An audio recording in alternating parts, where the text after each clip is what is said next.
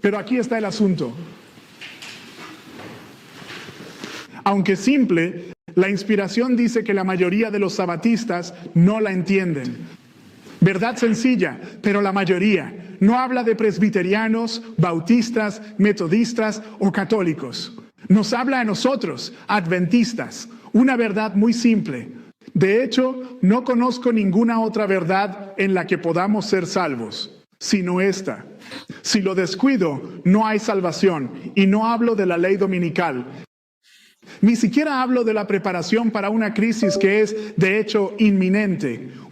Lo que vamos a ver. No lo mencionaré ahora, pero ya llegaremos. La Biblia se centra en un gran tema, un solo gran asunto. Pero antes de empezar y antes de hacer una pausa para orar, quiero que empecemos. Quiero que leamos esta cita antes de entrar de lleno en nuestro estudio. Esto es tomo 5 de los Testimonios, página 120. Tomo 5, 120. La inspiración habla. Padre, bendice estas palabras abiertas en Jesús. Amén. Amén. Ella dice, queremos que todos entiendan. ¿Qué debemos entender? Ella dice, queremos que todos. Esto no es mi estudio, solo una cita. Si hay tiempo, hablaremos de los eventos. Luego, tras orar, nos adentraremos en el estudio. Pero quiero que vean, dice ella, hay algo que todos queremos entender. ¿Cuántos debemos entender? Todos, todos. En mi oración dije, tenemos un cielo que ganar y un infierno que evitar. ¿Lo saben, amigos? Sí. Nada es más importante en tu vida y en la mía que evitar el infierno. No, evitar el infierno. Queremos evitar el infierno y ganar el cielo. Ahora mi pregunta es esta. Cuando alguien quiere ganar, ya sea en las Olimpiadas, en las MMA, esa tontería, en el boxeo, en el fútbol, no me importa el deporte, si un hombre desea tanto llegar a ser el número 1, ya sea en una carrera de velocidad o en un maratón, lo que sea. Si ese hombre o mujer desea tanto, ya sea en natación, ser el número 1 en ese deporte, díganme algo.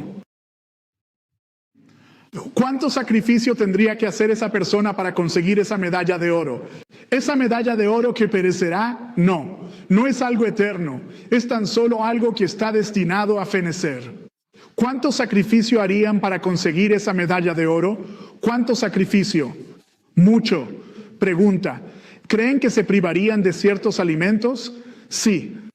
¿Creen que se privarían de dormir si fuera necesario? Sí. ¿Piensan que existe algo que no se negarían a sí mismos con tal de obtener ese preciado galardón? Nada en absoluto. Mi pregunta para ustedes, amigos, es ¿qué están dispuestos a sacrificar para ganar el cielo? Les digo, al sentir mi espiritualidad menguar, ayuno y oro. Y a veces ayunar y orar no basta. Dirás, hermano, espera, ¿cómo puedes decir eso? A veces no nos permitirá romper el ayuno cuando el sol se ponga. ¿Entiendes lo que digo? Requerirá que continuemos ayunando hasta el día siguiente. Alguien dice, ¿cuándo comerás? Cuando sientas fuerza espiritual. ¿Entienden lo que digo? Amigos, ¿qué estamos dispuestos a sacrificar para ganar el reino? ¿Qué sacrificaremos? Si no sacrificamos, esperen, debo decirlo. Si no podemos sacrificar un poquito de YouTube, un poquito de TikTok, un poquito de Instagram. Si no podemos sacrificar, ahora, ¿YouTube es malo en sí? No. ¿Tiene cosas buenas? Sí. Hay cosas que no son malas. Pero digo que a veces van a tener que dejar de lado incluso esas cosas que en sí mismas no son malas para pasar más tiempo con Dios. Sí, ¿entienden lo que digo? Sí. Amigos, ¿quién desea que ignore mi tiempo con Dios? El enemigo. Sí, la inspiración dice que Satanás. En el libro Gran Conflicto, ella afirma, Satanás inventa incontables esquemas para ocupar la mente, para que no se enfoque en temas esenciales.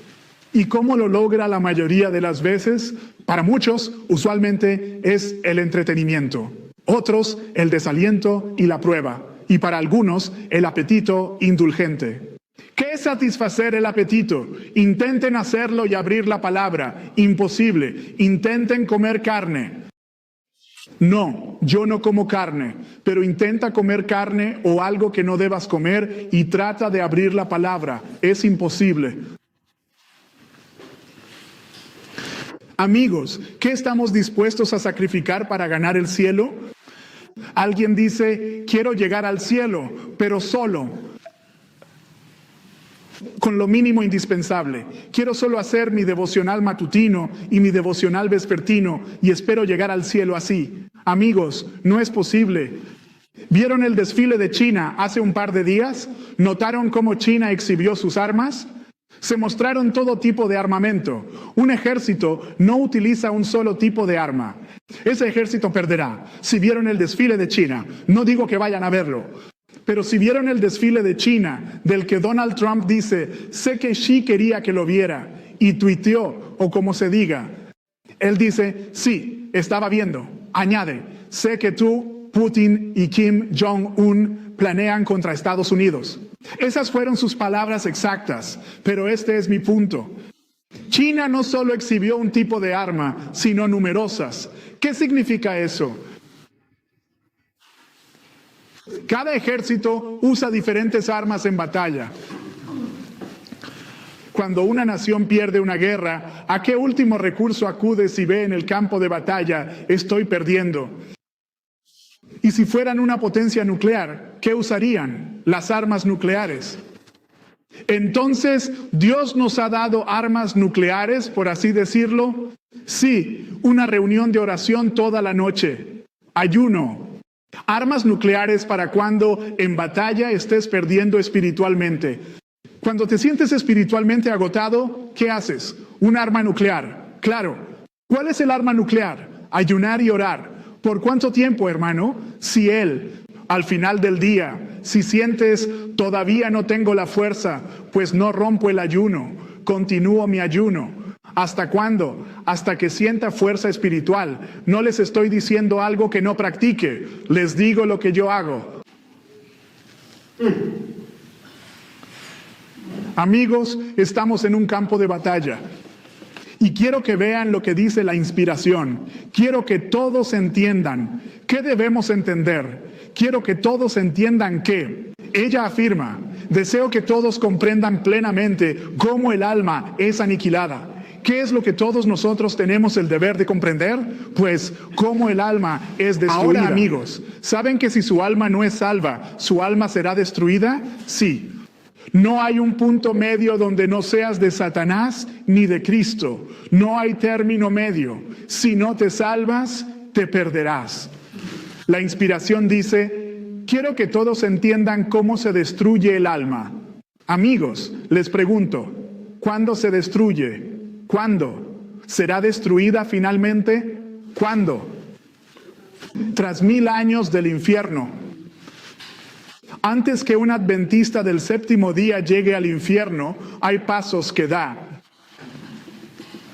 Quiero que vean los pasos. La inspiración dice, no es que Dios simplemente emita un decreto o una orden de que el hombre no será salvo. En otras palabras, ella está diciendo que Dios no envía un decreto y dice, este individuo no será salvo, este no será salvo y este sí será salvo. No. Ella dice que Dios no envía un decreto y continúa diciendo, Él no proyecta ni arroja una oscuridad ante nuestros ojos que sea tan densa que no pueda ser penetrada. Más. El hombre al principio resiste un movimiento del Espíritu de Dios. ¿Qué hace el hombre primero?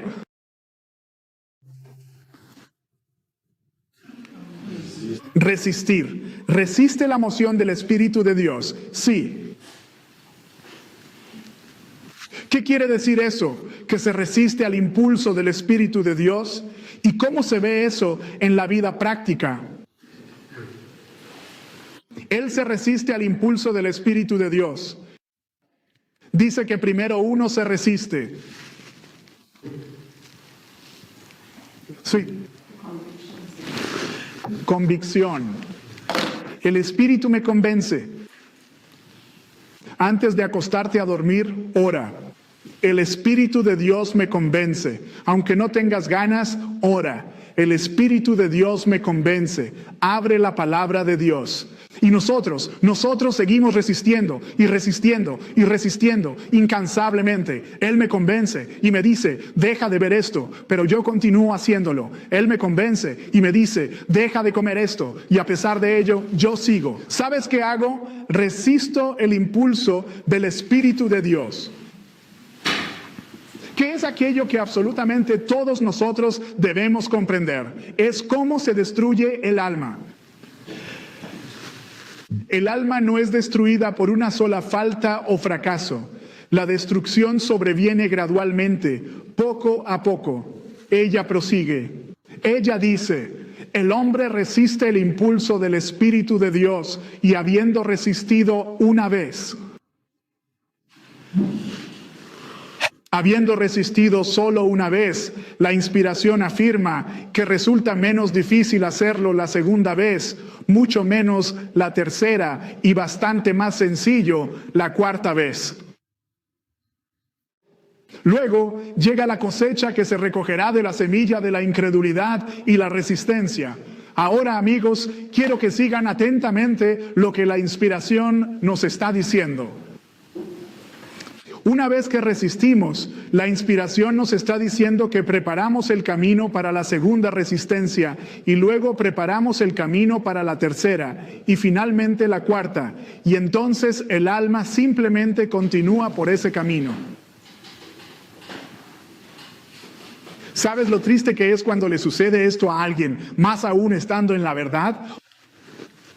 Un hombre puede creerse salvo mientras sigue entregándose al pecado. ¿Sabes cómo el pecado oscurece la mente y ciega los ojos?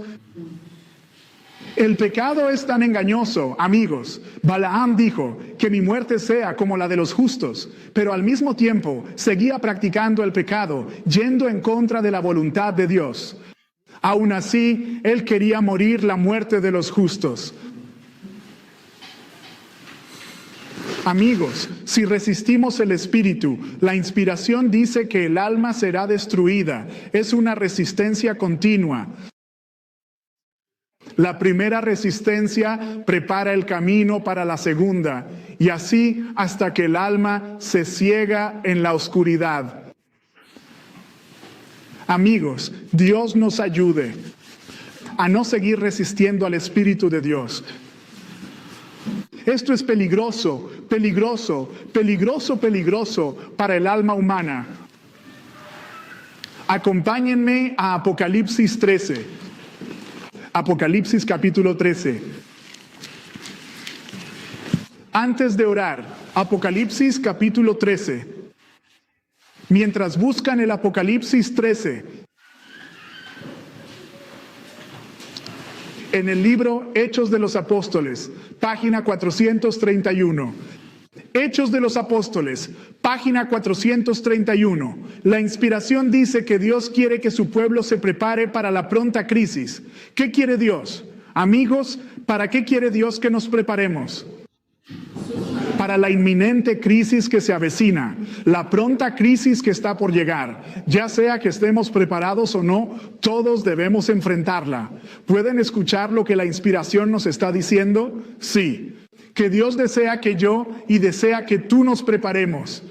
Pero ella dice, preparados o no, todos debemos enfrentar la crisis. Así que, amados, les pregunto algo.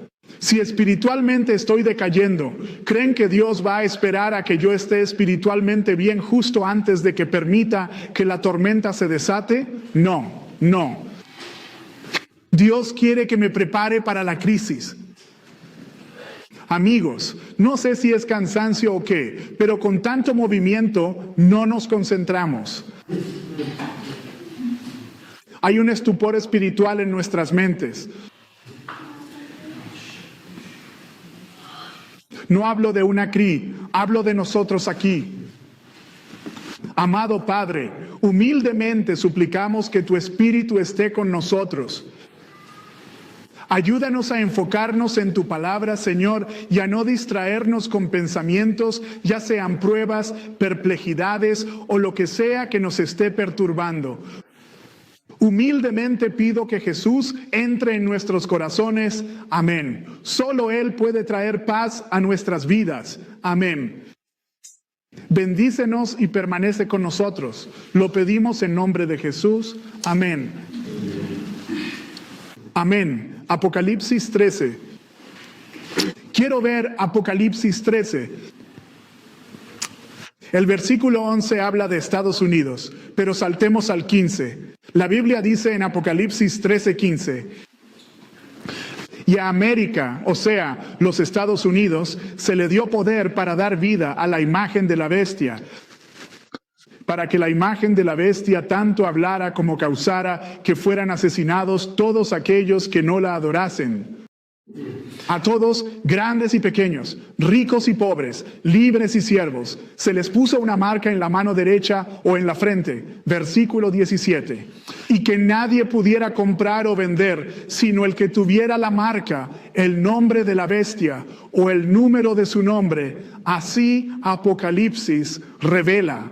Apocalipsis 13 muestra el acto final donde se impondrá la ley dominical. Pero la Biblia habla de esto primero, antes de la persecución. Dice que debe formarse una imagen de la bestia. ¿Quién es el sistema de la bestia aquí?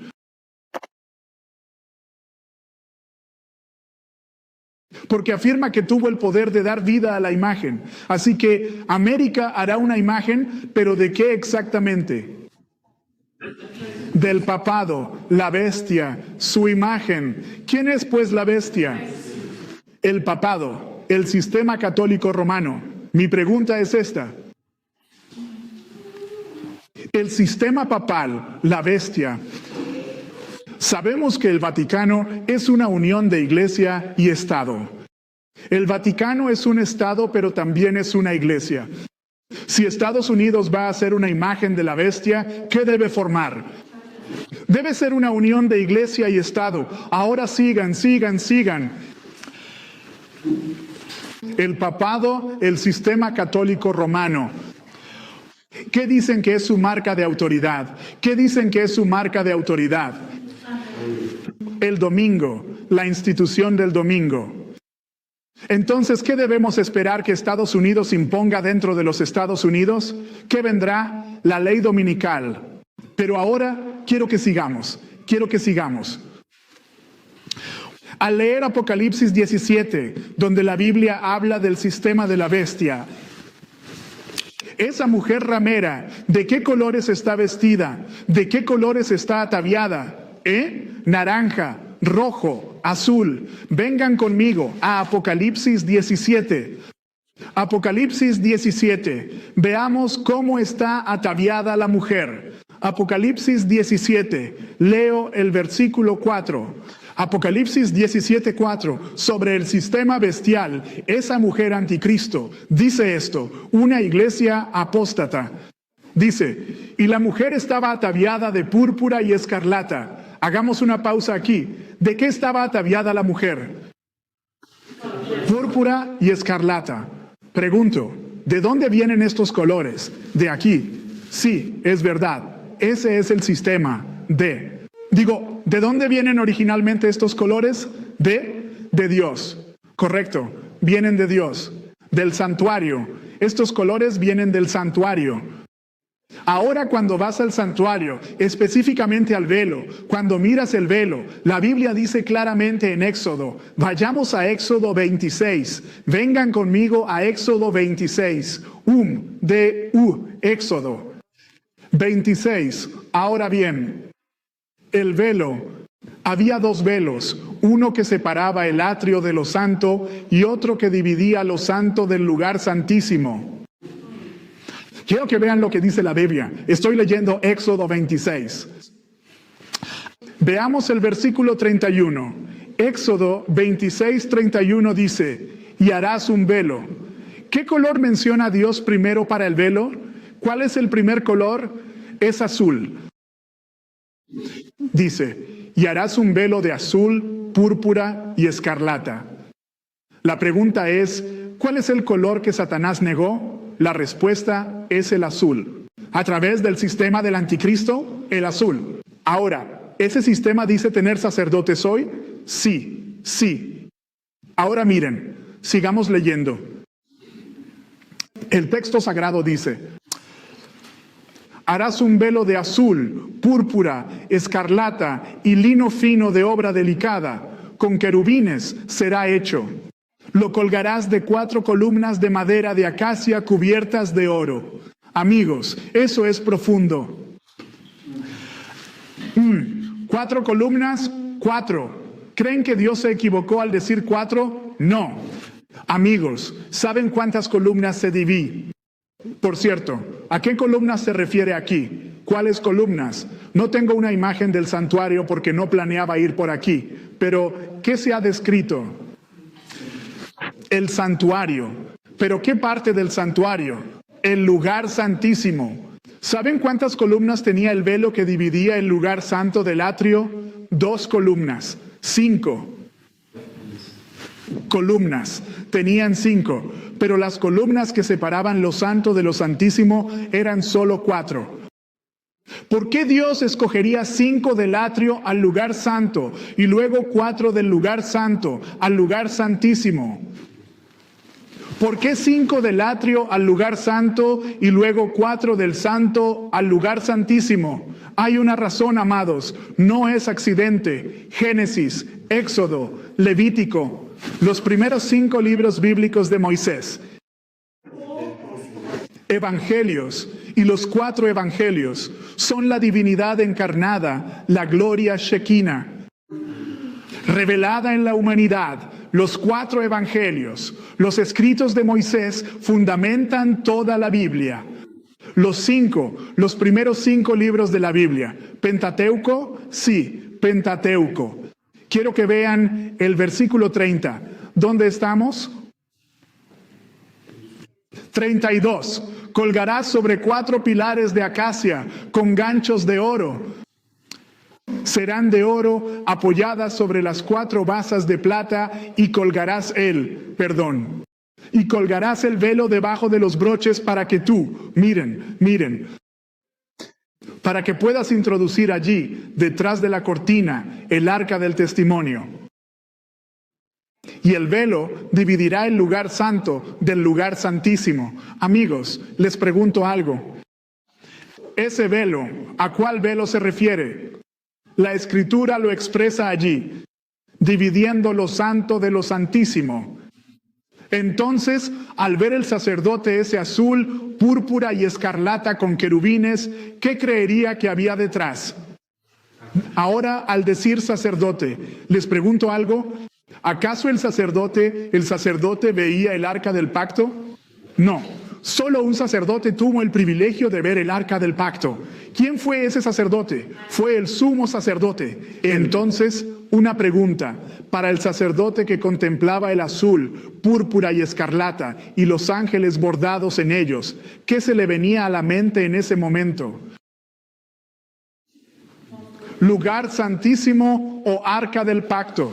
Ahora, amigos, pregunto, ¿qué había en el arca del pacto? Los 10 mandamientos. Los 10 mandamientos. Eso está en Hebreos 9, 2, 3, 4. Verían que dentro del arca del pacto estaba la ley. Ahora, ¿qué color le falta al anticristo? Azul. Azul. Vayan conmigo a Números. Rápido.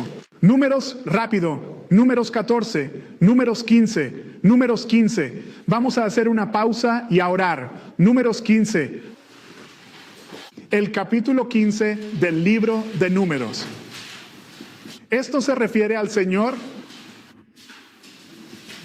Sí. Números 15. Quiero que veamos Números 15, 32. Dice: y en el desierto, los hijos de Israel hallaron un hombre recogiendo leña el día de reposo. Y quienes lo encontraron recogiendo leña, lo llevaron ante Moisés, Aarón y toda la congregación. Y lo pusieron bajo custodia porque no se había declarado qué se le debía hacer. Y el Señor le dijo a Moisés, el hombre ciertamente morirá y toda la congregación lo apedreará fuera del campamento. Y toda la congregación lo sacó del campamento y lo apedreó y murió como el Señor le ordenó a Moisés. Deténganse ahí, deténganse ahí. ¿Qué estaba haciendo el hombre? Recogía leña, violaba el Shabbat. ¿Y cuál fue la sentencia pronunciada sobre él? Una sentencia de muerte. Amigos, ¿pueden ver lo serio que es Dios en cuanto a guardar el Shabbat? Dios es muy serio en cuanto a guardar el Shabbat. Es un asunto sumamente serio y de gran importancia. Que un hombre fue ejecutado por quebrantar el sábado. Al no ejecutarse rápido la sentencia contra una mala obra, nuestros corazones se inclinan a hacer el mal. Lo hacemos una vez, sin juicio, y creemos poder abusar de la misericordia divina. ¿Saben que su misericordia tiene un límite? Hay un límite, amigos. Como él quebrantaba el sábado, y para que Israel no volviera a hacerlo, vean lo que dice Dios. Versículo 37. Y el Señor dijo, y el Señor habló a Moisés diciendo, habla a los hijos de Israel y diles que se hagan flecos en los bordes de sus vestidos a lo largo de sus generaciones y que pongan sobre ellos, sobre el fleco de los bordes, una cinta azul. ¿Por qué, Señor, ponen el azul allí? Versículo 39. Antes de leer el verso 39, Babilonia, ¿cómo llama Dios a esa mujer? Nunca leí Apocalipsis 17. Esa mujer de púrpura y escarlata, ¿cuál es su nombre? Según los versículos 4 y 5. Porque dice, en su frente, un nombre, Babilonia la Grande, madre de las rameras. Ahora les pregunto, ¿qué es una ramera? ¿Una qué? ¿Prostituta? ¿Otro nombre? Temen decirlo, mas la Biblia la llama ramera. No yo, lo dice la Biblia. La Biblia usa la palabra ramera. Ahora vean lo que Dios dice. Para evitar que Israel entrara en guerra y se convirtiera en parte de Babilonia, quiero que vean lo que Él dice. Versículo 39. Tras darles la cinta azul, versículo 39. Dice, y os servirá de fleco para que al verla. Eso se refiere al azul. Y para que recordéis todos los mandamientos del Señor y los observéis, y no andéis tras vuestro propio corazón y tras vuestros propios ojos, en pos de los cuales os extraviáis cayendo en la idolatría. Recordéis y cumpláis todos mis mandamientos, y seáis santos para el Señor. Amigos, ¿cuándo introdujo Dios el azul para que lo miraran constantemente y recordaran qué específicamente? El sábado, todos sus mandamientos. ¿Pero cuál era el contexto? Violación del sábado, violación del sábado. Entonces, la pregunta es, pregunta. Sabemos que Satanás falsifica el color de Dios. Este color azul específico, este color en particular, cuando nos referimos a la profecía bíblica,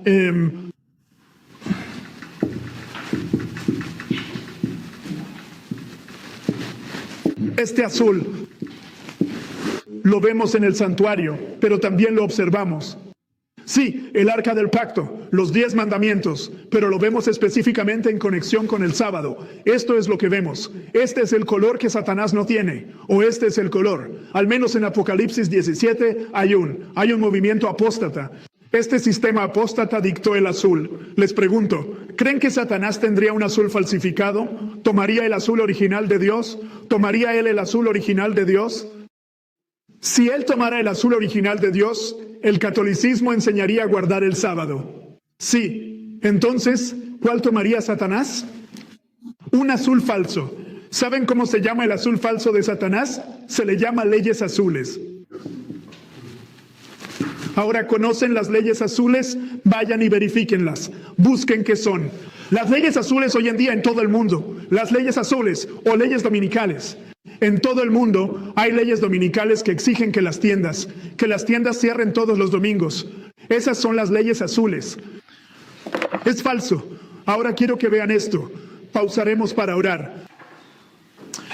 Quiero que veamos esto. Dice, miren la fecha. ¿Cuándo fue? El 29 de agosto de 2025, solo un par de días atrás. Dice así, American Dream. Eso es un centro comercial. El centro comercial American Dream en Nueva Jersey, demandado por vender ropa y otros artículos en domingo. Ahora vayamos más allá. Esto fue hace tan solo un par de días. Dice, Paramount demanda al American Dream. Ese es el centro comercial, por permanecer abierto los domingos, lo cual es una violación. ¿De qué norma se trata? De leyes azules. Un centro comercial es demandado. ¿Por qué? Por las leyes azules. ¿Violación de qué? ¿Qué son esas leyes azules? Leyes falsas del sábado. Oigan. Paramount demanda al centro comercial American Dream de Bergen. Dicen que el centro comercial viola las leyes azules estatales de restricción dominical, informa Alan Devlin. Tenemos un gran centro comercial operando injustamente. El alcalde de Paramount, Christopher Di Piazza, dice que el centro comercial American Dream en Bergen County, uno de los más grandes de Estados Unidos, viola las leyes dominicales del estado al abrir los domingos. Pone a nuestros centros, comercios y minoristas en desventaja, una desventaja injusta. Las leyes azules de Nueva Jersey en Bergen prohíben las compras no esenciales los domingos para mejorar la calidad de vida y reducir el tráfico. Aunque la mayoría de las tiendas cierran, American Dream sigue abierto. Y por eso, Paramount demanda a American Dream y al condado de Bergen por abrir los domingos. Tenemos la ley y los centros comerciales deberían cumplirla. A eso se reduce todo. Esto afecta la rentabilidad. Sí, dentro de los Estados Unidos, el centro comercial fue demandado por abrir los domingos. Amigos, podemos ver cómo. Gracias. El centro comercial American Dream enfrenta problemas legales. Las autoridades demandaron a un centro comercial grande de Norteamérica. La demanda acusa a los dueños del centro comercial de violar las leyes azules del condado, permitiendo ventas los domingos. Nuestra Calorama informa en vivo desde Secaucus, Nueva Jersey. Y no pude responderte la hora pasada cuando dijiste, ¿no me importa el tráfico? A veces solo tienes 2 días para comprar porque estás muy ocupado en el condado de Bergen. ¿Sabes? ¿Ven cuántos días para comprar tienen? 2 días. Entonces la pregunta es, si todo cierra el domingo, ¿qué días se verían obligados a realizar todas sus compras y todo su desplazamiento de tráfico? El sábado. Sí. Si el domingo, el primer día de la semana, se declara cerrado, obligará a la gente a quebrantar el sábado. Y amigos dirán, ¿por qué hablas de esto? Porque esta es la crisis que cierra nuestro tiempo de gracia. No hay más tiempo de gracia cuando pasemos por esta prueba. Nuestro tiempo de gracia se cierra. Y por lo que estamos viendo, no nos queda mucho tiempo. Quiero que veamos esto. Esto es del 17 de agosto de 2025. Dice, pastor presbiteriano afirma que Nehemías. Ahora, escuchen esto. Bíblicamente, nos dicen de dónde proceden las leyes azules. En su mente, ¿de dónde vienen las leyes azules? Ahora pregunto, ¿bíblicamente existieron alguna vez las leyes azules? Me refiero a que en sus mentes las leyes azules son el domingo. Pero digo, podemos afirmar que bajo teocracia, Dios dio a Israel una ley, no quebrar el sábado, ¿verdad? Esa es la ley de Dios. Y en esa teocracia, si la rompías, morías. Pero quiero que vean, nos van a decir de dónde sacan las leyes azules y cuál. Si quebrantas las leyes azules, ¿cuál debería ser tu castigo? Escuchen con atención. Un pastor presbiteriano asegura que Nehemías fue quien implementó las leyes azules y pide a las autoridades civiles que castiguen a los infractores del sábado. Amigos, les pregunto, en su sermón no tengo tiempo para entrar en detalles. Él dice, sí. Dice que si no obedeces las leyes azules, como en tiempos de Nehemías, debes ser castigado. Las autoridades civiles deben castigarte si no respetas las leyes azules. ¿Qué leyes son esas? Las leyes dominicales. Escuchen, pondré algo. Así que mientras Nehemías observa el comportamiento de Israel en el día de sábado, ve 4 conductas. Primero que nada, él observa a la gente pisando los lagares y trayendo grandes montones de grano. Eso describe que la gente simplemente hacía su trabajo habitual el día de sábado. Luego los vemos trayendo una gran variedad de mercancías para vender en el mercado, como uvas, higos y todo tipo de cargas pesadas. Las están trayendo a Jerusalén para poder tener productos que vender en el mercado. En el versículo 15 también vemos la mención de la comida. Les advertí sobre el día en que vendían alimentos. Se vendía comida en Jerusalén. Eso es una tercera cosa. Y en el versículo 16 vemos que no solo Israel hacía esto, sino que también la gente de Tiro, que son extranjeros y no son del pacto. Estos son tirios que comercializaban sus productos en Jerusalén durante el día de sábado. Nehemías en él. Desde el verso 19, él promulga las leyes azules actuales. Las leyes azules son leyes restrictivas que se aplican los domingos y que abordan temas de... Bueno, y sigue. Voy a detenerlo ahí. Entonces, ¿dónde dice él que se originaron las leyes azules? En Nehemías. El hombre está delirando. Y muchos de ellos piensan que la única forma de ayudar a la sociedad es mediante la implementación de una ley del sábado. Algunos son muy sinceros. Yo los he oído a algunos.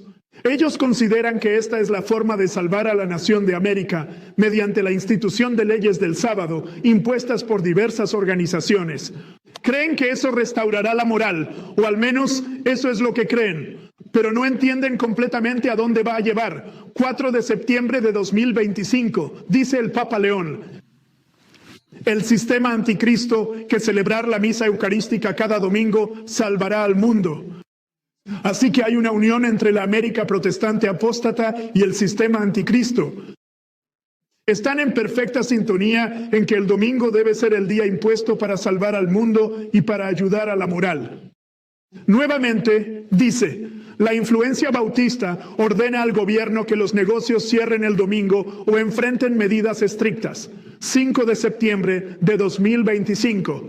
¿Qué día? Septiembre. 5 de 2025. Esto no es en América. El artículo original es de la India. Incluso allí se han impuesto leyes sabáticas, incluso en la India, en todo el mundo. Amigos, haré una pausa y entramos en nuestro estudio. La inspiración dice, la sustitución de las leyes del hombre en lugar de la ley de Dios, la exaltación meramente de la autoridad humana del domingo en lugar del sábado bíblico, es el último acto del drama. Amigos, estamos viendo el último acto desarrollarse ante nosotros. Este es el último acto. Dios nos ayude a prepararnos. Volumen 7, 141. Ya sea que estemos preparados o no, todos nosotros debemos hacer frente a esta crisis. Quiero presentar ahora nuestro estudio. Quiero leer esta cita. Aunque ya lo leí, leamos Evangelismo, página 350. Veamos qué dice la inspiración, pues nos guiará en nuestro estudio. Ella dice, en cada congregación hay almas que están insatisfechas, pero ¿en cuántas congregaciones? En cada congregación existen almas que están, ¿cómo decirlo? Insatisfechas.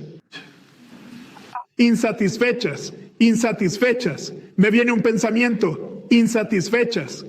Jesús conoció muchas almas insatisfechas, pero una en particular me viene a la mente, a quien Jesús conoció y estaba insatisfecha. Mientras Jesús se sentaba junto al pozo y sus discípulos buscaban comida, conoció a una mujer que venía a sacar agua. En su corazón estaba insatisfecha. Dirán, ¿cómo sabes que estaba insatisfecha?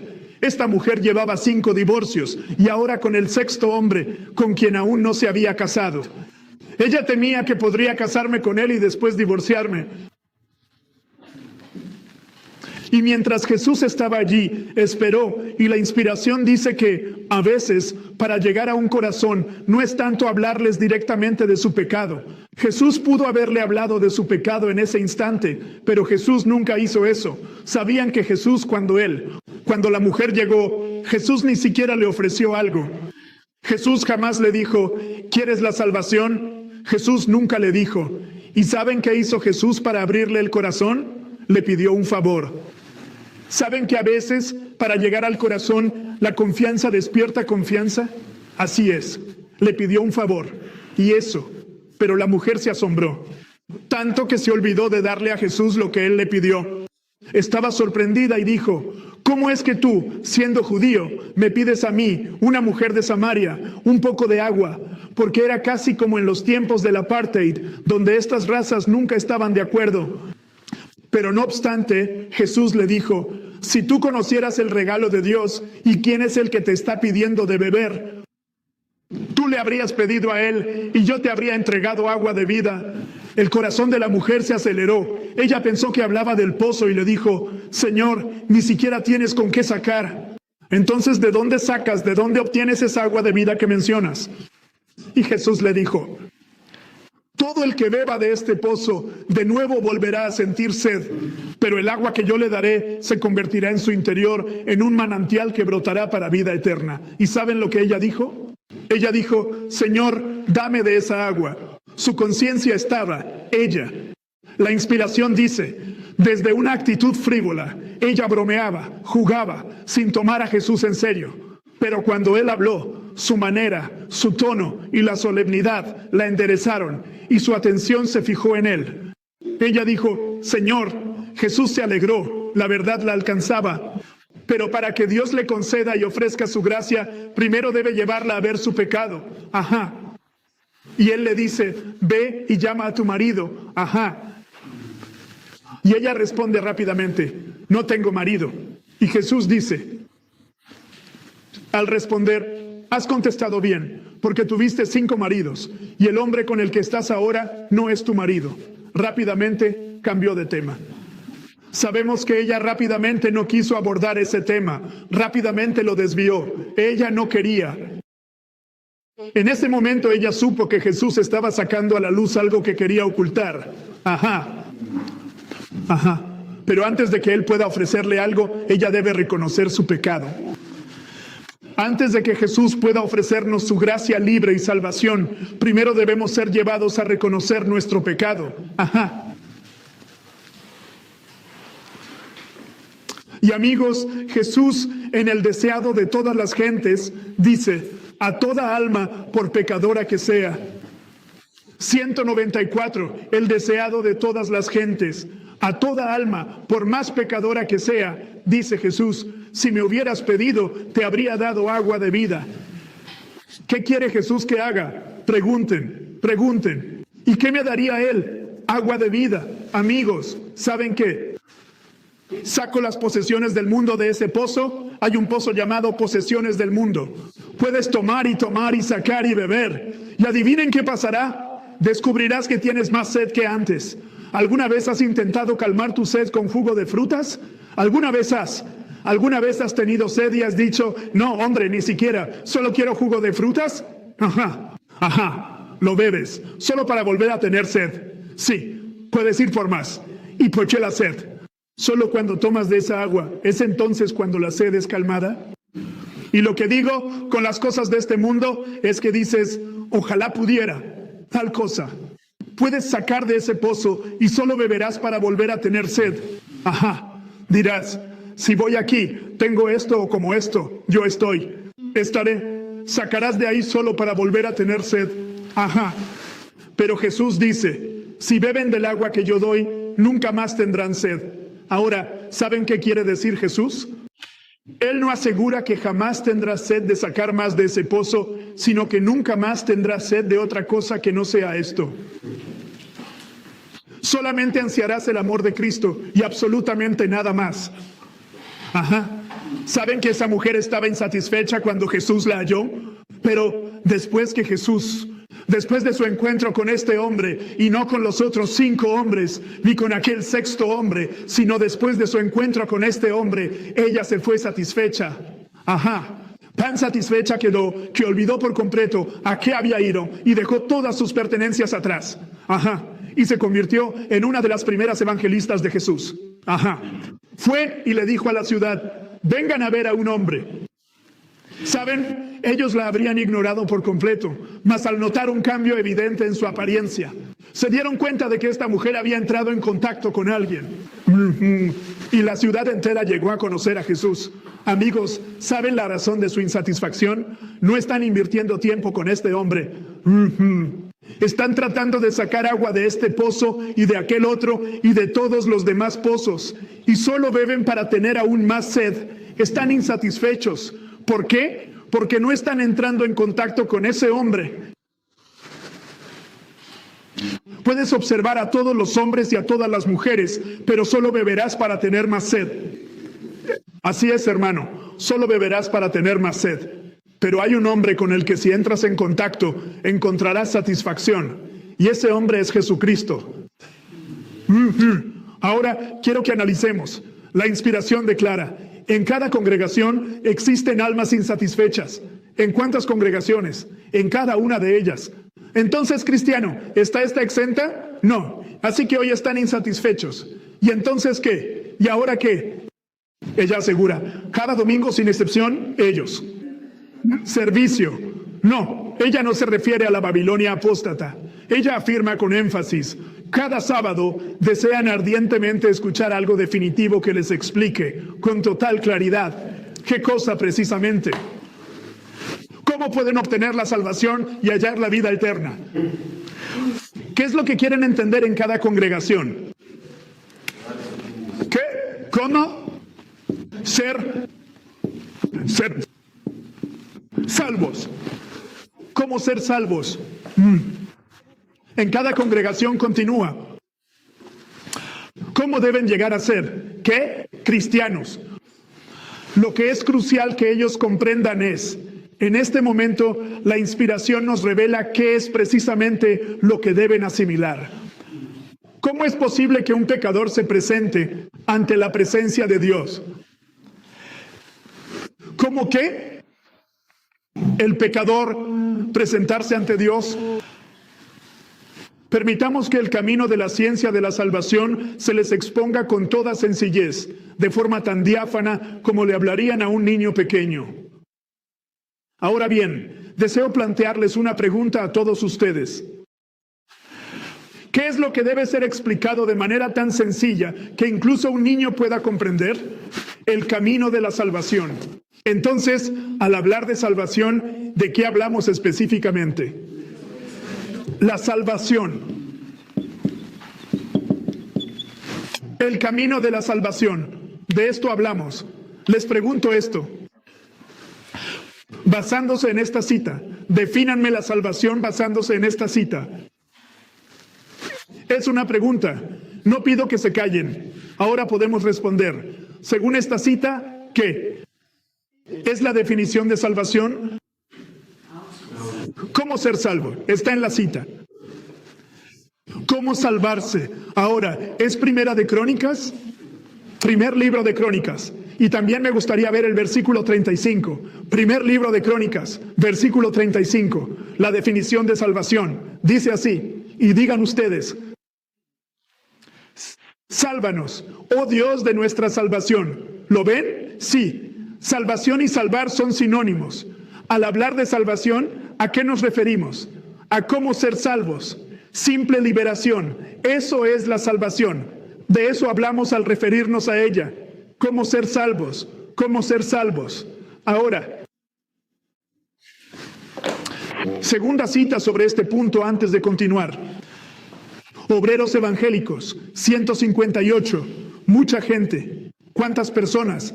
Pues mucha gente. Lamentablemente ignoran completamente la ciencia de la salvación. ¿Cuántas personas ignoran lamentablemente el plan de salvación? Muchas, muchas. Si yo dijera, escojan. No, no les pido que hagan esto, pero puedo decirles si te seleccionara y dijera, ¿puedes por favor definirnos la senda de la salvación? ¿Lo podríamos definir? Digamos que no me hablas a mí, sino a otra persona. ¿Puedes explicarle a esa persona que no es adventista ni cristiana el camino de salvación? La inspiración nos dice, mucha gente ignora tristemente lo que respecta al plan de salvación. Necesitan más instrucción ¿sobre qué? Este tema tan importante que sobre cualquier otro. Ahora, amigos, eso para mí es poderoso. La inspiración nos está comunicando que se requiere instrucción acerca de la salvación en mayor medida que en cualquier otro asunto. En otras palabras, no hay otro tema más importante que este, la salvación. Una vez más, en Lugares Celestiales 101 se dice, hoy, al igual que en el pasado, todo el cielo está atento para ver a la iglesia desarrollarse en las auténticas señales de salvación. ¿En qué busca Dios que progresemos? Las verdaderas señales, las de salvación, las verdaderas señales de salvación. Ahora bien, esta será una exposición breve, aunque muy concisa, sobre este tema. Salgámonos de esto. Quiero hacer una pregunta. Cuando hablamos de la salvación, ¿de qué? ¿Cómo ser salvos? ¿Dónde está la fuente de eso? ¿Cuál es la fuente de la salvación? Jesús. Acompáñenme a 2 Timoteo en su Biblia. Veamos lo que dice la Biblia, no lo que pensamos, sino lo que dice. 2 Timoteo 3, voy a leer el versículo 15. Segunda de Timoteo 3, leo el versículo 15. La Biblia afirma en 2 Timoteo 3:15, y que desde tu infancia has conocido las santas escrituras, las cuales tienen el poder de darte la sabiduría necesaria para alcanzar la salvación mediante la fe en Cristo Jesús. ¿Cuál es el origen de la salvación? Biblia. Oh, amados, tienen palabras. Oh, amados, yo. Primero diste la respuesta incorrecta y fuimos a la Biblia para responderte. La Biblia dice, las sagradas escrituras. Es aquí, en las escrituras, donde se halla la salvación. Miren lo que la profeta dice al respecto. Ella dice, en Lecciones de Cristo, 107, párrafo 2, la Biblia es el gran libro y educador de Dios. El fundamento de toda verdadera ciencia se encuentra en la Biblia. Toda rama del saber se halla en la palabra de Dios. Ahora escuchen, palabras clave. Y por encima de todo lo demás, la Biblia contiene, sí, la ciencia de todas las ciencias, la ciencia de la salvación. Entonces, cuando hablamos de salvación,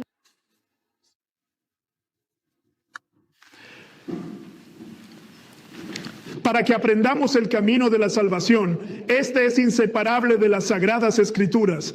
¿Por qué? Porque las escrituras contienen el camino de la salvación, contienen el camino de la salvación. Así que al hablar de salvación, debemos entender que la salvación es inseparable de la Biblia. La Biblia contiene la salvación, contiene este plan de salvación. Sigan esto ahora. Si ella dice que lamentablemente muchos ignoran el plan de salvación y dice que en cada congregación las almas están insatisfechas, cada sábado quieren entender cómo ser salvos, la senda de la salvación. ¿Qué me revela esto entonces sobre la Biblia? Presten atención, si cada sábado su alma está insatisfecha, ¿por qué están insatisfechos? No beben de la fuente de la salvación, desconocen la vía de salvación. ¿Qué me indica eso respecto a los que guardan el sábado? Ellos no están invirtiendo tiempo en la palabra. El tiempo, la palabra ha sido descuidada. Ha sido descuidada. Esta es mi conclusión. ¿Por qué? Porque si en cada sábado en la congregación se encuentran almas insatisfechas, ¿a qué se debe su insatisfacción? A que no conocen el camino de la salvación. Si están insatisfechos, simplemente han descuidado las escrituras. Dirás, no, yo no descuido las escrituras, yo paso tiempo en las escrituras. Amigos, quiero que entiendan algo, quiero que vean esto. Educación 123, párrafo 2. La inspiración dice, la Biblia contiene principios que los hombres necesitan comprender para estar preparados para esta vida y la venidera. Así, la Biblia me prepara para esta vida y para la eterna. La inspiración añade, no leeré todo lo que está en rojo. Sin embargo, el aprendizaje más valioso que nos brinda la Biblia no se consigue a través de un estudio esporádico o sin conexión. Paren ahí. Pero la enseñanza más valiosa que contiene la Biblia no se logra a través de un estudio esporádico o sin conexión. Sí, así es. Así que ayúdenme. Alguien dice, no estoy descuidando la Biblia, pero la estudio ocasionalmente o de forma desconectada. Sí, así es. ¿Qué significa ocasional? Ocasional es domingo abro mi Biblia, lunes la cierro. El martes abro mi Biblia, el miércoles la cierro, jueves abro, viernes cierro, sábado abro. Desconectado ocasional. Si mi estudio se centra en esto, ¿entendería el plan de salvación? ¿Estará mi alma satisfecha? No. Estaré insatisfecho el fin de semana, iré a la iglesia y seguiré igual. ¿Saben qué dice la inspiración? Una razón de nuestra insatisfacción 181. No puedo decirlo ahora. Dejémoslo. Después de dar el segundo nombre para la salvación, daré esa cita. Pero dejemos eso. Ella dice, su gran sistema de verdad no ha de ser presentado de tal manera que pueda ser discernido por el lector apresurado o el lector descuidado. Ella nos proporciona dos categorías. Una categoría, lee la Biblia ocasional y desconectadamente. En otras palabras, no tienen un. ¿Cómo se llama cuando algo no es consistente? No estudian ni leen sus Biblias con constancia. Ella dice, no entenderás la salvación. O dice, sí lees tu Biblia con regularidad, o sea, a diario, pero de forma descuidada o apresurada. Están viendo las dos categorías que pueden hacer que yo no entienda ni experimente la salvación si es de forma desconectada o solo ocasionalmente o acaso de manera apresurada y descuidada. Ahora díganme, ¿puedo leer mi Biblia apresuradamente? No. ¿Podemos? Sí, podemos. ¿Podemos? Sí. ¿Podemos tomar la Biblia, mirar la hora y decir, ¿tengo que salir de casa en 2 minutos? Permítanme leer un capítulo en solo 2 minutos y con eso ya he cumplido mi parte. Y ya cumplí con mi deber. Están muertos. Están muertos. ¿Por qué? Sales de casa y pregunto, hermano, ¿qué leíste? Nada. Ah, no, leí el capítulo tal. Dime una palabra de ese capítulo. Es todo lo que sabes. Sí, y I. Es todo, hermano. Amigos, juegan.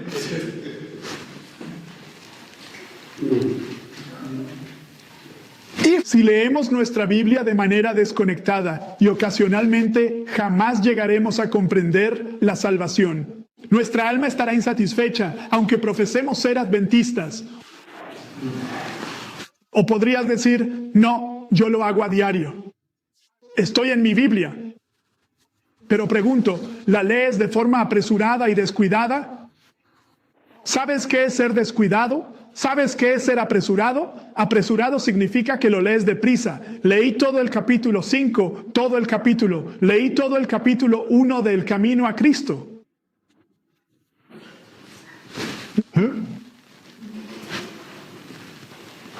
Leí el capítulo 1 del Camino a Cristo a toda prisa, pero lo hice rápido.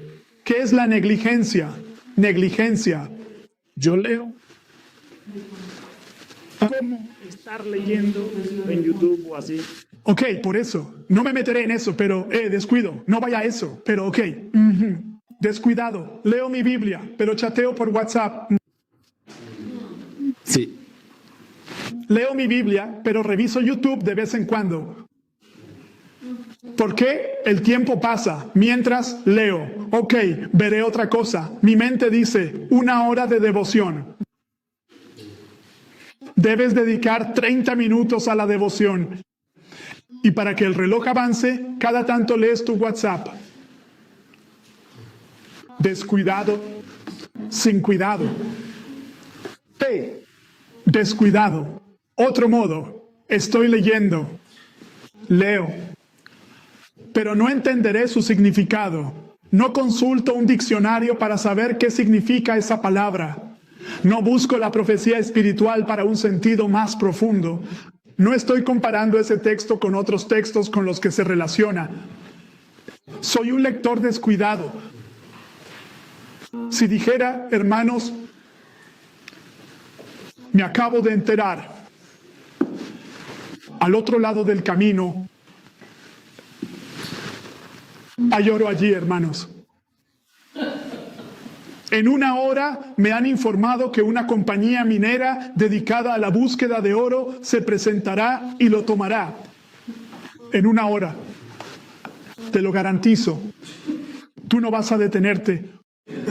Vas a buscar, rebuscar y seguir buscando. Incluso si el sol te abraza, ni siquiera te limpiarás la frente. Seguirás buscando. ¿Cómo es que eres tan diligente para las cosas de este mundo? Pero cuando se trata de tu salvación eterna, no lo eres. Eres un lector superficial, pero por el oro sí que cavas. Tomarás martillo, arado o lo que necesites y cavarás por ese oro. Pero para las Escrituras, debemos dedicarnos a la vida espiritual. No existe sin las Escrituras. Imposible. Imposible.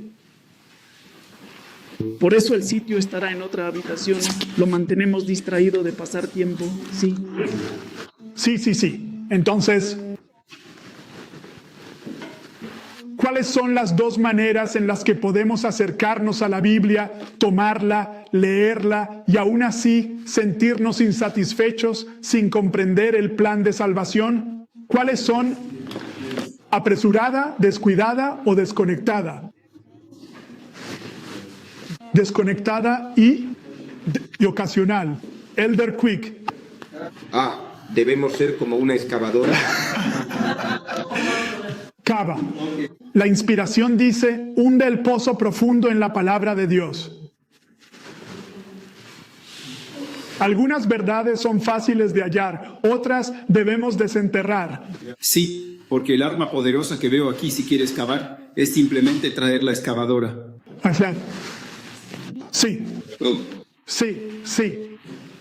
Quiero que veamos. Ella dice, muchos de sus tesoros, es la palabra de Dios, salvación. Muchos de sus tesoros yacen muy por debajo de la superficie. Y estos tesoros tan valiosos solo pueden ser obtenidos a través de una investigación diligente y un esfuerzo continuo. ¿Pueden ver ahora quiénes son los únicos que llegarán a comprender la salvación y a experimentarla? No una persona que hace un estudio desconectado de su Biblia de forma desconectada y ocasional, o un lector apresurado y descuidado, sino aquellos que estudian la Biblia con diligencia y continuidad. Diligencia es profundizar, continuidad es no detenerse. ¿Cómo? Debo ser cauto al formular la pregunta, pues hay dos respuestas válidas. Quiero una respuesta específica, así que lo diré lo más claro posible. Tan simple como sea. Teme. Debería uno hacer su devoción. Ahora, cuando digo devoción, hay diferencia entre devoción y estudio. No sé si lo entienden. Devoción. Que el Señor hable a tu corazón y traiga convicción y conversión. Te detienes donde tu pecado se resalta, te arrodillas y oras, amén. Te levantas, sigues y la convicción regresa. Es como permitirle a Dios diciendo, Señor, heme aquí, obra en mí. Así llegas a tu devoción. No vas a tu devoción pensando, a ver qué nueva verdad aprendo. Sí, aprenderás algo, amén. Alabado sea. Pero llegas en devoción, la actitud con la que te acercas a ella es, aquí estoy, Señor, obra en mí. Y así en tu devoción. No sé, a veces les digo que estoy en mi devoción y a veces cierro el libro. ¿Saben por qué? Es fuerte. Y cuando digo que es fuerte, es por la convicción tan intensa. todo lo que leo es como pum, pum, pum. Me volteo, pum. Señor, ¿qué sucede? Lo único es cerrar el libro, arrodillarte y decir, Señor, ten piedad de mí, pecador. Amigos, no puede haber devoción sin un constante impacto. Es solo que simplemente lees y no hay nada que entre y que luego salga, pero un párrafo bien asimilado. Y cuando digo bien trabajado, es un solo versículo que te trabaje a fondo y te arrepientas. Te digo, ese versículo o párrafo hizo más que el hombre que terminó el libro entero. Y en ese libro no hubo convicción ni arrepentimiento. Entonces, cuando estudiamos, ¿qué debemos hacer?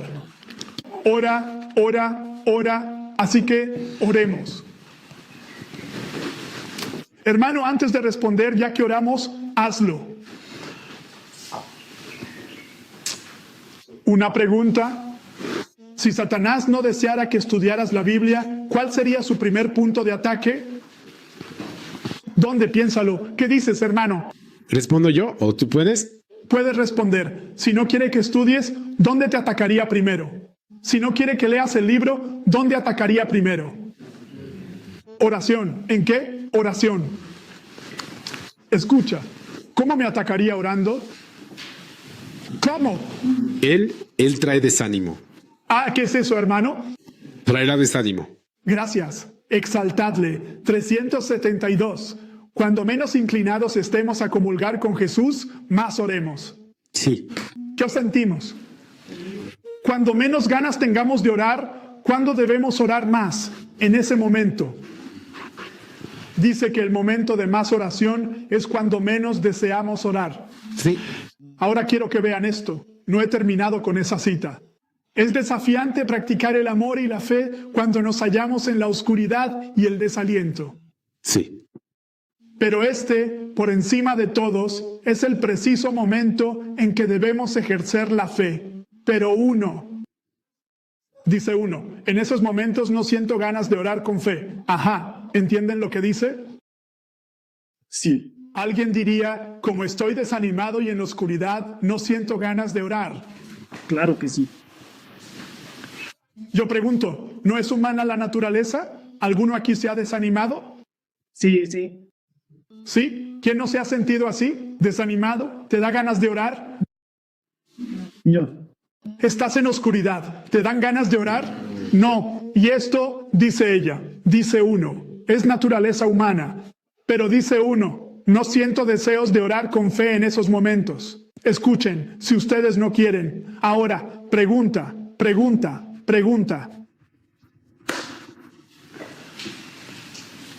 ¿Nos guiamos por sentimientos o por fe? Por fe.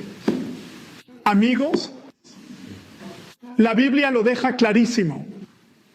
Caminamos por fe y no por vista o por sentimientos. Ajá. Aunque no sienta ganas de orar, ¿saben qué? Recuerden, el mundo, ya voy anciano, el mundo es poderoso. En El Camino a Cristo, página 47, White dice, muchos se preguntan, ¿cómo he de hacer para entregar mi voluntad a Dios? Ella dice, ustedes desean. ¿Qué es lo que ella dice? Ella dice, desean. Básicamente, pureza de vida. Ella dice, pero tus promesas rotas y los placeres perdidos debilitan tu confianza en tu propia sinceridad y te hacen sentir que Dios no puede aceptarte. Lo que necesitas entender es la fuerza del mundo. Ella dice, no puedes cambiar tu corazón, no puedes por tus propios medios entregarle tus afectos a Dios, pero puedes decidir servirle. Ajá. Y si eliges servirle, Dios obrará en ti el querer y el hacer, por su buena voluntad. ¿Oyen lo que dice? Así que yo elijo. No tengo ganas de orar ni de leer, pero lo hago y Dios me da el poder. Al decir que lo hago, me refiero a que actúo. Con esa decisión de actuar, Dios da la fuerza. ¿Me siguen, amigos? El problema es el mundo, es el mundo, es el mundo. Si alguien dice, no quiero orar, estoy muy desanimado, oigan lo que ella dice. Bien, dice el profeta, ¿Permitirás que Satanás gane la victoria solo porque no sientes deseos de resistirlo? Pregunta, cuando no quieres orar, ¿qué dices que no quieres hacer? Simplemente dices, no quiero resistir a Satanás. Cuando no quieres orar y no quieres leer, simplemente estás diciendo, no quiero resistir a Satanás. Amigos, les pregunto algo. ¿Quién? ¿Satanás tu amigo? No, él es. Ahora pregunto, si alguien viene, Satanás es malvado, no hay un ser más malvado en el universo que Satanás. Sí, el corazón es engañoso y perverso, pero por la luz, Satanás aumenta la oscuridad. Si alguien viniera a las 11 de la noche a tocar a tu puerta y te dijera, soy la persona más malvada del mundo, ábreme la puerta, déjame entrar, ¿le abrirías la puerta? ¿Qué harás primero? Llamar a la policía. Pero ¿cómo es que dejamos entrar a Satanás? ¿Cómo es posible que digamos, nunca he dejado entrar a Satanás, pero al no orar o leer, le decimos directamente al diablo, no quiero resistirte? ¿Tienes libre acceso a mi vida? Sí, señor. ¿Saben cuál es nuestro primer deber al despertarnos en la mañana? ¿Cuál es tu deber y el mío? La inspiración nos lo comunica en ese valioso libro. Se llama Pasos a Cristo, pero podría llamarse Pasos a la Salvación. Es otro nombre, porque ella está definiendo claramente la salvación, cómo ser salvo.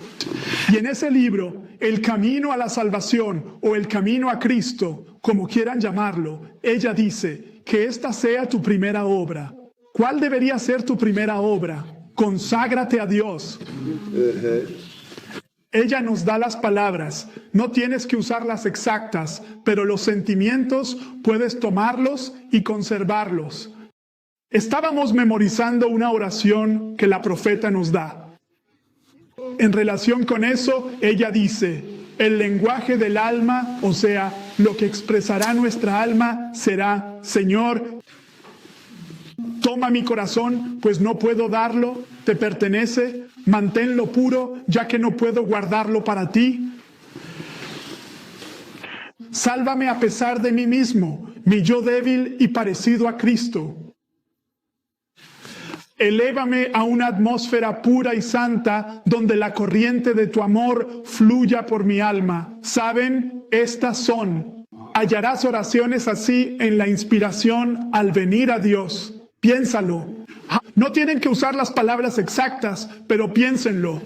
El lenguaje del alma sería, Señor, toma mi corazón, no puedo darlo. ¿Podemos darle el corazón a Dios? Ni siquiera podemos dárselo. Luego le decimos, es tu propiedad, manténlo puro, pues yo no puedo hacerlo. ¿Alguno de nosotros puede mantener su corazón puro? No. Sálvame a pesar de mí mismo. Piensen en esto. Le estás diciendo a Dios, Señor, sálvame a pesar de mí. En otras palabras, si me dejas a mi suerte, me destruiré. Sálvame a pesar de mí, mi yo débil y anticristiano. ¿Pueden ver? Pregunto, ¿hay algo de autoexaltación en esta oración? Hermano, es una impotencia total. Oh Señor, ni siquiera puedo darte mi corazón. No puedo mantenerlo puro. Señor, no puedo valerme por mí mismo. No puedo salvarme a mí mismo. Señor, sálvame, vame. Debe ser el lenguaje del alma. Pero la inspiración dice en Educación 189 que el alumno tome un verso. ¿Cuántos? Uno. Y concentre la mente en averiguar el pensamiento que Dios ha puesto en ese versículo para él y profundice en ese pensamiento hasta que ese pensamiento se haga suyo. Un versículo estudiado hasta que su sentido sea claro es de muchísima más importancia que la lectura de muchos capítulos de la Biblia sin haber obtenido ninguna instrucción o enseñanza beneficiosa. Amigos, ¿cómo se hace eso? Es tan simple. O sea, que cuando lees, obviamente estás leyendo un libro. Tal vez lees El deseado de todas las gentes. Lees un libro. Puedes leer un párrafo o una frase y tal vez nada te da convicción. Bien, sigue. No te apresures y en tu devoción hallarás convicción. Haz una pausa y medita en ello. ¿Y sabes que así se aprende a memorizar? Sí, así aprendí. Cuando algo te trae convicción, adivina qué. Me detengo y me detengo tanto que lo grabo en mi mente. Sí, toma tiempo. Pero deténganse, amigos. Miren, dice, un versículo estudiado así tiene más valor que leer un libro entero. Leer la Biblia entera. Un versículo estudiado hasta entender su significado y hasta que el pensamiento de Dios en ese verso sea el tuyo. Ella dice que habrás logrado la tarea. Veamos otra palabra para salvación. Dios dio al mundo la salvación. Otra palabra, la escribiré en rojo. ¿Ven otra palabra para salvación? Evangelio. Vayamos a Romanos 1:16, que lo vean bíblicamente. 1:16. El día que Dios juzgue los secretos de... Ok, ¿estás bien? Romanos 1:16. Oh, perdón. Porque no me avergüenzo del evangelio de... Porque no me avergüenzo de él. ¿Qué? Del evangelio. ¿Por qué, Pablo? ¿Qué es? Continúa. Porque es poder de Dios para salvación. Porque es el poder de Dios para ¿qué? Salvación, salvación. Entonces, ¿pueden ver que evangelio y salvación son sinónimos? ¿Y por qué? El evangelio representa el poder de Dios para lograr la salvación. Segundo testigo. Pero no me queda tiempo para este segundo testigo. ¿Saben una cosa? No me referiré ahora a mi segundo testigo. Volveré a eso. Volveré después. Lo retomaré más adelante. ¿Voy a mi segundo testigo? Dejemos al segundo testigo. Dejemos al segundo testigo. Pero el segundo testigo, queridos, lo encontramos en Efesios 1:13, donde nos habla del evangelio. Ahora, mi pregunta es esta, amigos. ¿Qué es el evangelio? Esa es mi pregunta. ¿Qué es el evangelio? La salvación es la ciencia que hay que entender. Por cierto, la inspiración dice que en cada sermón, no algunos. Escuchen esto. Mi cita. Sí. Ella dice, las señales de salvación, la base de cada sermón, el tema de cada canción. ¿Cuál debería ser el punto principal? La salvación. Mi pregunta es esta entonces, si salvación y evangelio son sinónimos, ¿qué es el evangelio? Si defino el evangelio, defino la salvación. ¿Qué es? Cristo crucificado. Me has dado solo la primera parte del evangelio y eso no es todo. Dices, y ahora pregunto, ¿qué significa la salvación? Ser salvo. Quiero que veas algo. Ven conmigo a 1 Corintios 15. Me obligas a ir allí. 1 Corintios 15.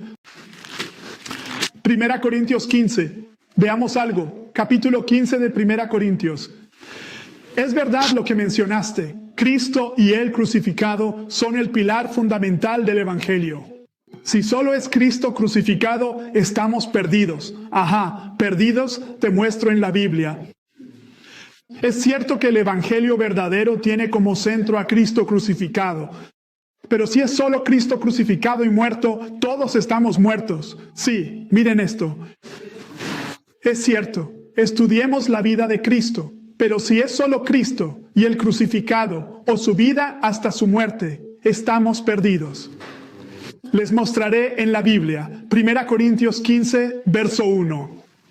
Además os declaro, hermanos, el Evangelio. Pausa. ¿Qué está declarando Pablo? Él. Muchas gracias. Está declarando el Evangelio. Ahora quiero que veamos qué es el Evangelio. Pablo lo va a definir. Además, hermanos, os declaro el evangelio que os prediqué, el cual recibisteis y en el cual estáis firmes, y por el cual sois salvos. Entonces, ¿me salva el evangelio? Sí. ¿Cómo se salva uno? La salvación. Dice, por el cual sois salvos, si recordáis lo que os prediqué. Si no, habréis creído en vano. Versículo 3. Vean el versículo 3.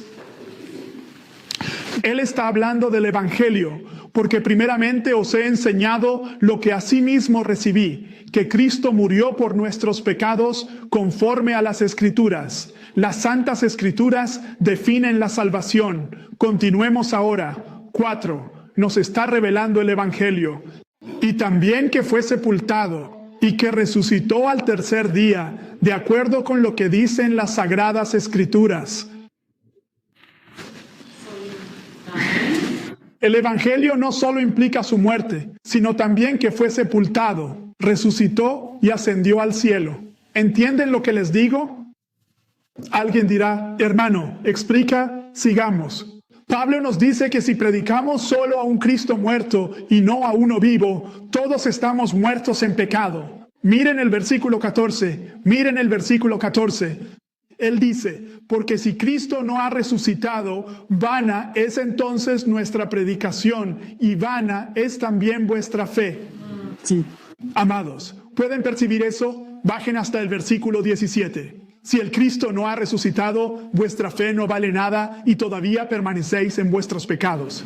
Versículo 19. Si nuestra esperanza en Cristo es solo para esta vida, somos los más infelices de todos. Amigos, ¿están viendo esto? Si el Evangelio incluye, por eso dije que tengo que parar ahora porque nos llevará más lejos. ¿Qué incluye? ¿Qué incluye el Evangelio? Les pregunto, basándome en el apóstol Pablo, ¿qué incluye el Evangelio? A Cristo crucificado. Pero si solo predicamos a un Cristo crucificado, muerto y nada más, Pablo dice, aún estáis en vuestros pecados. ¿Qué quiere decir con eso? La obra que Jesús comenzó en esta tierra ascendió al cielo para completarla.